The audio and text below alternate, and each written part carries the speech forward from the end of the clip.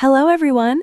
Welcome back to the Jane and Alex podcast, your favorite English learning place. I'm Jane. And I'm Alex. We're so happy you're here today. Before we start, quick reminder. If you love learning English through real conversations, don't forget to like this episode and subscribe to our channel. Yes, because when you subscribe, you're not just supporting us, you're supporting your own English journey. Today's episode is really special. Yes, absolutely. This one comes from a subscriber request. If you're watching, you know exactly who you are. Thank you for sending it. Honestly, we love it when you tell us what you want to learn. This podcast is not just ours, it's your podcast.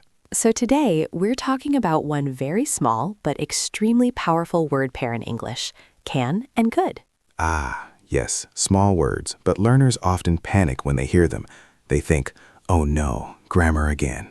But relax, listeners. Today, there is no boring grammar board, no confusing rules, just real life, easy English, natural conversations, and emotional reactions. By the end of this episode, you'll feel more confident using can and could in your everyday life. Not perfect, but confident. And confidence is always more important than perfection. Exactly. Let's start slow, very easy. Tell me, Alex, when you hear can, what comes to your mind? I think of ability, like I can swim or I can speak English. Yes, that's the easiest and most basic use of can, to talk about ability. But here's the thing, can also show permission, possibility, or even requests, and that's where learners get confused. Listeners, don't worry. Today we'll make it simple, clear, and practical. Let's start with the first use, ability. Okay, Alex, tell me, can you play the guitar? Yes, I can play a little. Not perfect. Haha, that's honest. Listeners, when we say can plus verb, it shows what someone is able to do. Exactly. For example, I can swim very well. She can speak 3 languages. They can solve this problem easily. Perfect. Now, sometimes learners get confused. They ask, Jane, can I also use could for ability? Good question.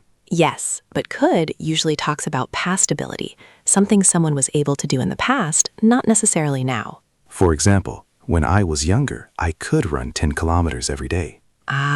Or she could read very fast when she was a child. So remember, can equals now, could equals past. Simple. But here's another twist. Could can also show possibility or politeness. Tell me more. For example, imagine you're at a restaurant. You want to ask for water politely. You don't say, give me water. No, very rude. Instead, you say, could I have some water, please? That's so natural. Listeners, see the difference? Could equals polite request. Can equals casual request. Exactly. Another example. Casual. Can you help me with this? Polite. Could you help me with this? You see?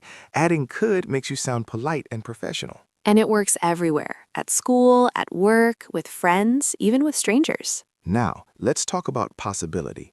Can show that something is possible. For example, it can get very hot in summer. Yes. Or mistakes can happen when we're learning something new. And could shows possible situations in the past or hypothetical situations. For example, yesterday it could have rained. Or if I had more time, I could travel more. Listeners, do you notice?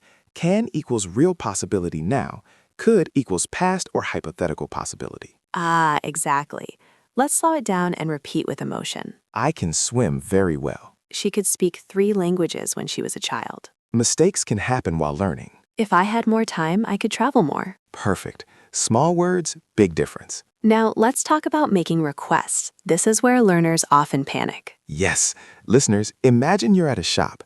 You want to ask for a pen. You could say casually, can I have a pen? That works with friends. But in a professional setting or polite situation, could I have a pen, please? Yes, adding please and could makes you sound polite, friendly, and confident. Another example, asking for directions.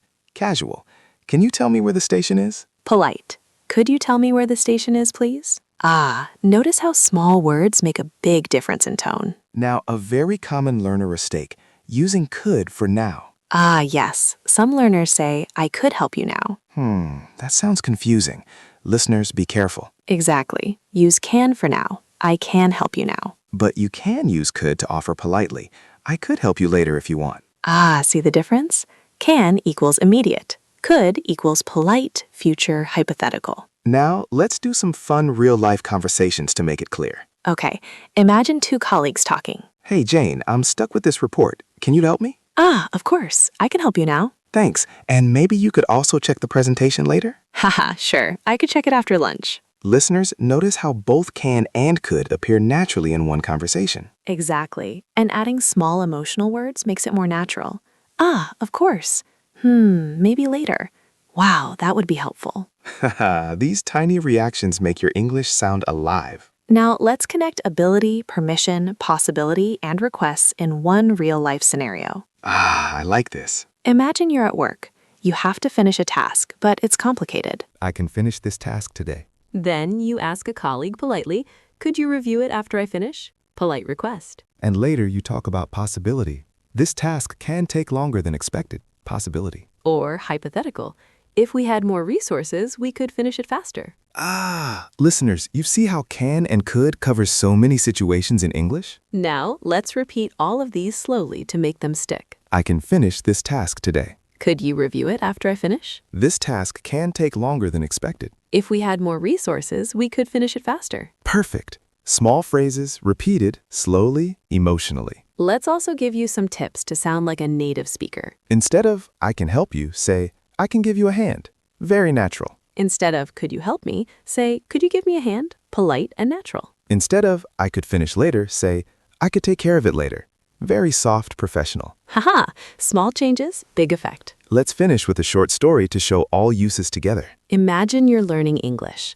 You can speak some sentences now. Ability. You ask a friend politely, "Could you check my homework?" Polite request. You talk about possibility. Mistakes can happen.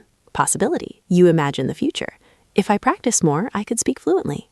Hypothetical. Ah, same person, same day, many different ways to use can and could. And the important thing, listeners, don't stress about mistakes. Yes, if you say, I can help you, don't panic. Correct gently in your mind. Ah, I can help you, or I could help you. Keep going. English is for communication, confidence, and connection, not for perfection. Ah, and remember to add, ah, oh, wow, to sound alive. Now, let's recap all the key points. Can, ability now, permission now, possibility now, casual request. Could, past ability, polite request, possibility in past, hypothetical situations. Politeness tip. Use could to sound soft and professional. Natural English tip. Replace help with give a hand, take care of, etc. Add emotions. Ah, oh, wow, Ah, small words, big power. Use them, repeat them, and your English will feel natural and confident. Thank you so much for joining us today on the Jane and Alex podcast. Ah, keep practicing can and could in your daily life, at work, school, or with friends. And don't worry about perfection. Keep speaking, keep listening, and slowly English will feel natural. English is alive, human, and fun. Bye, everyone. Bye.